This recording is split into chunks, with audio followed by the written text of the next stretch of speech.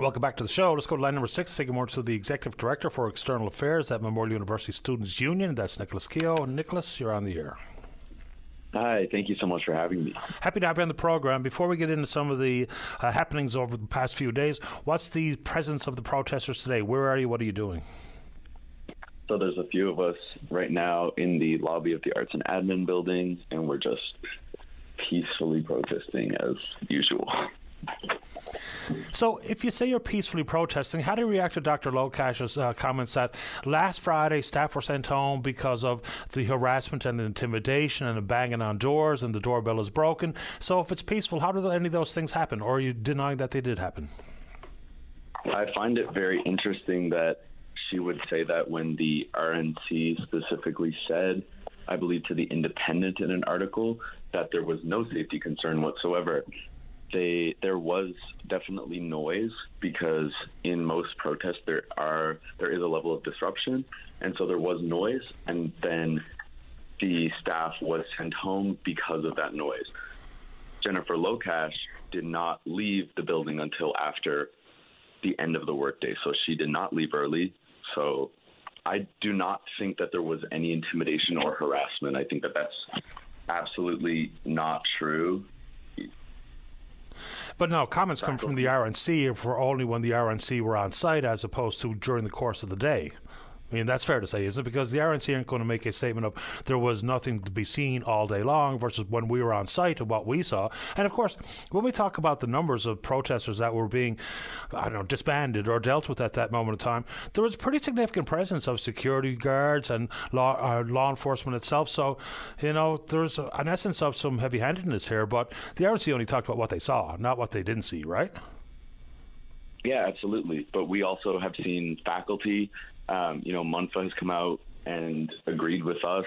We've seen faculty do teach-ins. We've seen administrators do teach-ins and be here and give us food. We've seen, it's been very clear, and it's been reported in other media as well, that it has been extremely peaceful, not harassing anyone, not excluding anyone, not intimidating anyone. And that's a really odd claim, I think, that the administration likes to make to justify the use of police force, which really wasn't necessary. And I think we've seen from the reaction from the public that it really wasn't necessary, and it was quite alarming that this happened. I can't speak for the Faculty Association, obviously, but it seems to me from what I heard is that they're basically challenging the university's assertion that there was a legal requirement to disband the protesters, leaning on some court rulings that came, for instance, with the University of Toronto in Ontario Supreme Court or Superior Court versus legal rulings that have been made here. I think that's part of their issue and what it might mean for contravening their collective bargaining as opposed to taking a stance on your position. Is that a fair characterization? I wouldn't say so. I believe that they also said that we were not being intimidating and that there were faculty that participated in the protest and were peaceful, specifically within teach-ins.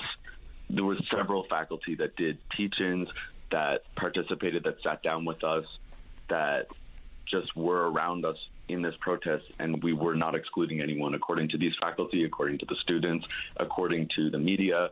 So really it seems as though it's only the administrators that are disagreeing with this.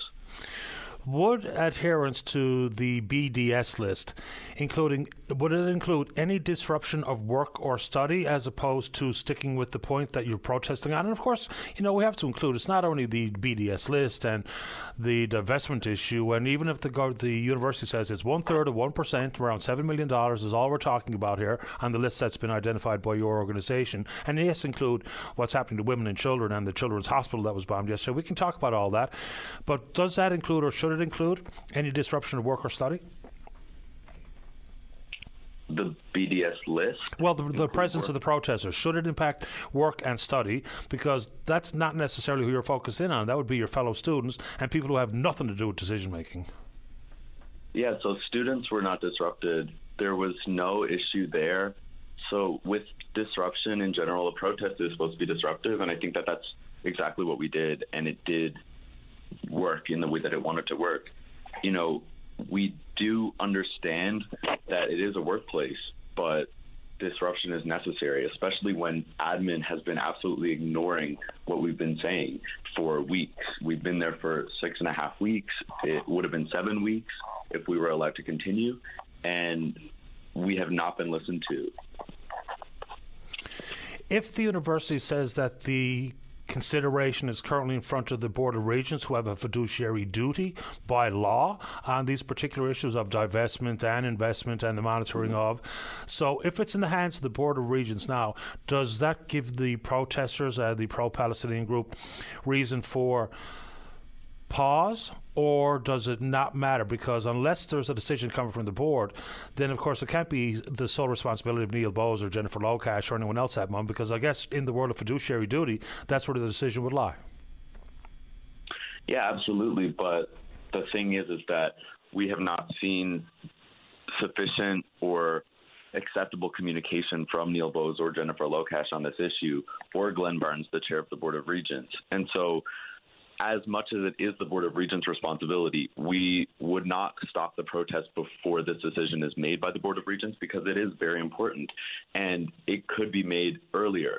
We also have just had many issues with the treatment of students from administration. And we think that the use of police in this situation, I think, is really ridiculous, because if the university is confident in the application of the U of T decision in this case, then why didn't they seek their own injunction in Newfoundland and Labrador and show in court that they were right to do so? They didn't want to do that because they don't have a legal basis for this. And we've seen from several lawyers, they've told us and they've said in the media that this was not appropriate to do at all. This was not something that the university should have done, and they didn't have the legal basis to do so. Which we asked Dr. Locash directly on that particular issue this morning. You know, a legal opinion from a lawyer is not a court ruling, and that's the concern being broached, is that whether or not they're simply leaning on injunctions that we've seen granted by courts outside of this province. And that doesn't mean, you know, because in the world of precedent setting, there's different ways to interpret all sorts of rules and guidelines and laws. And that's why we actually have to go to courts to get opinions offered and formal court rulings. You know, precedent is set by the Supreme Court of Canada, not by provincial superior courts.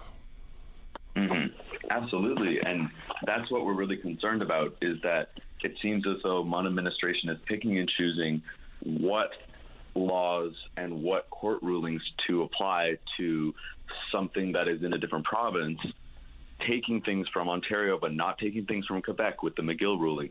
It is really, really concerning that they would do this and act as though this is legally binding, which it's not.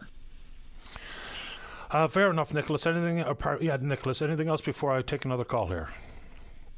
Yeah, absolutely. I think one thing that I really wanted to make sure that people know is that Locash claimed that students had lots of notice. She said in the media several times that students had a lot of notice before the police were involved. This is untrue. This is not true. I was there. There were 7 students inside. We received a trespassing notice at 9:57 p.m., and by 10:01 p.m., the RNC was there. That's the opposite of what they said in the Gazette and what they've been saying in the media, that the RNC was only called after 3 students refused to leave. There were 7 students there. No one had refused to leave whatsoever. And then 30 minutes later, 4 students left and 3 students refused to leave. The RNC had already been there for almost a half an hour by the time that happened. So I do want to really recognize the fact that there are untruths that are happening from the president's office, from Jennifer Locash's office. We're not seeing the full picture when we're just hearing their story. For clarity, were you not told on Thursday that that was going to happen on Friday? No, we were not told. We were not given a timeline. We were asked to leave. We were not given a timeline. We were not given a trespassing order. We were not told that the police would be involved. We were not told that we would be removed. I appreciate the time, Nicolas. Thanks for doing it. Thank you very much. Take care. Bye-bye. Nicolas Keough, ED for External Affairs at Munsu.